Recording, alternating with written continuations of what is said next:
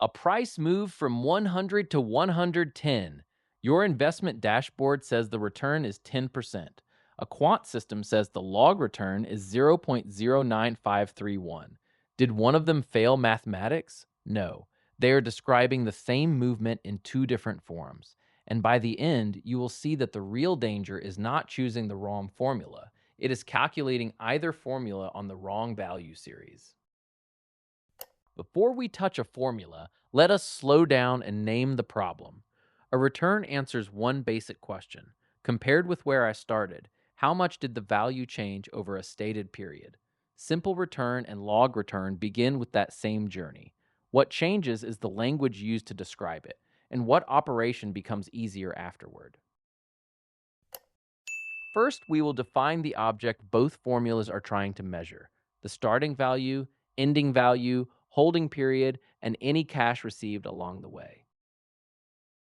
Imagine that an investment is worth 100 reals on the first day of the month and 110 reals on the last day.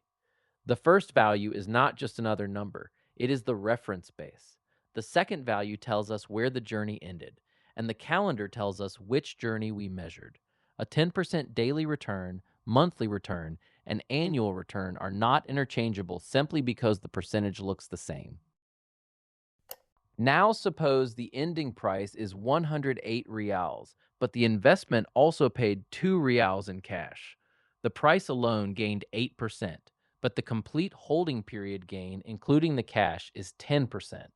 This is why a return label must tell you whether dividends, coupons, fees, taxes, and reinvestment are included.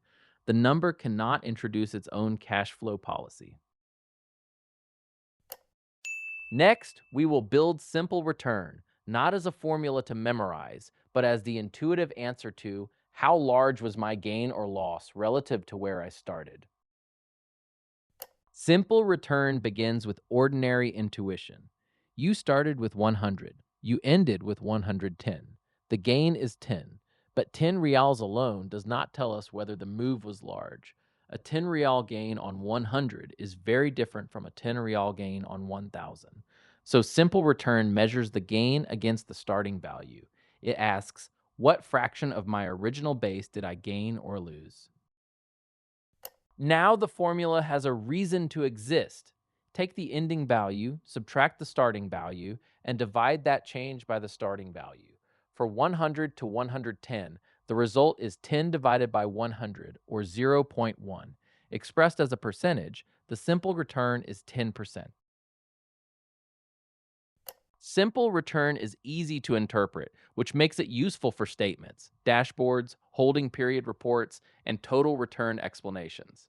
But the contract still matters. The starting value cannot be zero, the period must be stated, and cash must be included only when the result is clearly labeled total return. Now we will ask why finance takes a logarithm at all. The answer is not to make the calculation look more advanced. It is to turn multiplicative price changes into numbers that can be added through time. Begin with the same price journey. 100 to 110 creates an ending to starting ratio of 1.1. A log return takes the natural logarithm of that ratio. You can think of the logarithm as a translator. Prices grow by multiplying ratios. The logarithm rewrites that multiplicative movement on an additive scale. That is why log returns become useful when a time series contains many consecutive periods. The formula is the natural logarithm of ending value divided by starting value. For 100 to 110, the price ratio is 1.1.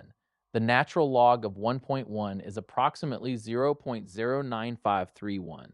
That may be displayed as approximately 9.531% in log return units, but it is not a 10% simple return.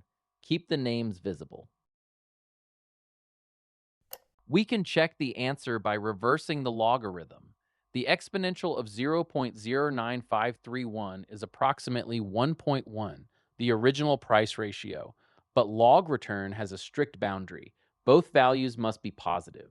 Zero and negative values do not create a valid positive price ratio for this definition.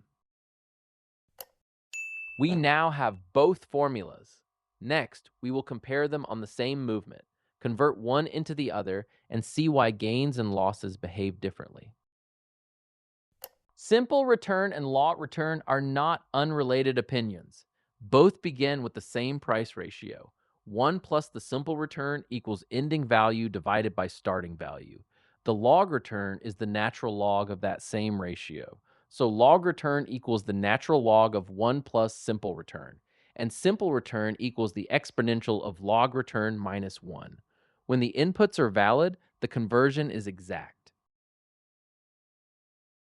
Here is where the distinction becomes easier to feel. Start with 100, gain 10%, and you reach 110. Now lose 10% of the new value. You fall to 99, not 100. The percentages look symmetric, but the bases are different. To return exactly from 110 to 100, the required simple return is negative 9.09%. The corresponding log returns are equal in size and opposite in sign. Small price moves, simple and log returns are numerically close. A 1% simple return corresponds to a log return of about 0.995% in log units. As the move grows, the difference becomes more visible. At 50% simple return, the log return is about 40.55% in log units. Similar is not identical. Next, we leave the one period example and ask the practical question that makes log returns useful. How should several consecutive returns be combined? Suppose the first period gains 10% and the second loses 10%. Adding the simple returns gives 0, but the wealth path ends at 99. Simple returns must be converted into growth factors and multiplied. 1.1 times 0.9 equals 0.99. Subtract 1, and the cumulative return is negative 1%. Log returns handle the same path by addition. Add the period log returns, then use the exponential if you need the equivalent cumulative simple return. This additive convenience does not remove the financial contract. A log price return does not automatically include dividends. A deposit or withdrawal is not investment performance.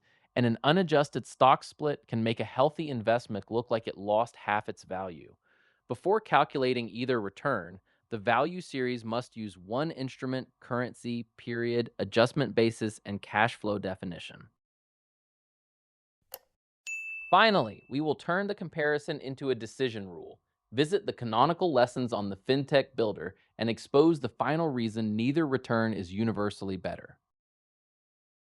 Use simple return when you want an intuitive holding period gain or loss, especially when reporting a price return or an explicitly defined total return.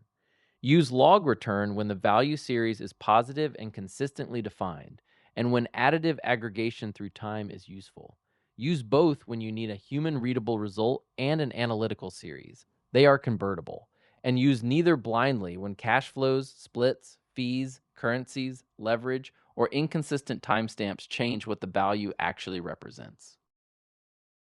On the fintechbuilder.com, begin with the simple return lesson. Highlight the distinction between price return and total return, the starting value denominator, the stated holding period, and the worked example with 100, 108, and 2 reals of cash. Then open log return. Highlight the positive input contract, the natural log rule, the comparison with simple return, and the exponential check. Finish on holding period and cumulative return, where plus 10 followed by minus 10 becomes a negative 1% cumulative return. Here is the final kicker. For a valid positive price pair, simple return and log return contain the same one-period price ratio information. One can be converted exactly into the other, so choosing log return does not create more truth, and choosing simple return does not make the input more intuitive if the input itself is wrong. Feed both formulas an unadjusted split or an incomplete wealth series, and both can produce perfectly calculated nonsense. Final quiz. A value moves from 100 to 121 over 2 periods. First plus 10%, then another plus 10%. The cumulative simple return is 21%. The two simple returns must be compounded, while the two log returns can be added. Next, we will use this idea to explain compounding returns and why arithmetic and geometric averages can tell very different stories.